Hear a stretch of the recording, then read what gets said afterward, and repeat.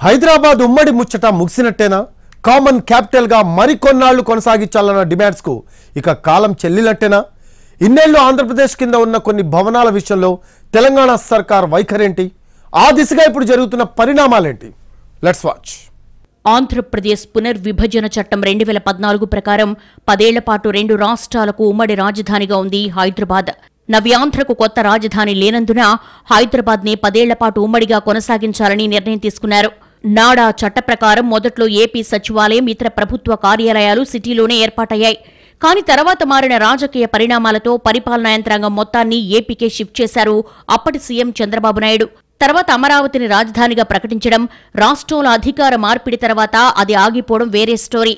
2019లో AP సీఎంగా జగన్ అధికార పగ్గాలు చేపట్టాక తెలంగాణ సర్కారు విన్నపాలతో హైదరాబాద్లోని కొన్ని బిల్డింగ్స్ ని అప్పగించేశారు. ఇక ప్రస్తుతానికొస్తే 10 ఏళ్ల పాటు హైదరాబాద్ ఉమ్మడి రాజధాని కండిషన్ కు కాలం చెల్లిపోయింది. జూన్ 2కు ఉమ్మడి ఆంధ్రప్రదేశ్ విభజన జరిగి 10 ఏళ్లు పూర్తయినందున ఇన్నేళ్లు ఏపీ కింద ఉన్న ప్రభుత్వ భవనాలను తిరిగి స్వాధీనం చేసుకునే దిశగా కసరత్తు మొదలుపెట్టిందట తెలంగాణ సర్కార్. ఆదివారంతో 10 ఏళ్ల గడువు ముగిసిపోయింది. ఈ క్రమంలో మరికొన్నాళ్ల పాటు హైదరాబాద్ను ఉమ్మడి రాజధానిగా కొనసాగించాలన్న డిమాండ్ తెర మీదకొచ్చింది. అయినా ఎక్కువ మంది దానికంత ప్రాధాన్యం ఇవ్వలేదన్నది పరిశీలకుల మాట. ఈ డిమాండ్పై తెలుగు రాష్ట్రాల రాజకీయ వర్గాల్లో హాట్ గా కామెంట్స్ నడిచాయి. అలాంటి కామెంట్స్ వచ్చినప్పుడే కేంద్ర ప్రభుత్వం రియాక్షన్ ఎలా ఉంటుందన్న చర్చ కూడా జరిగేది పొలిటికల్ సర్కిల్స్ లో.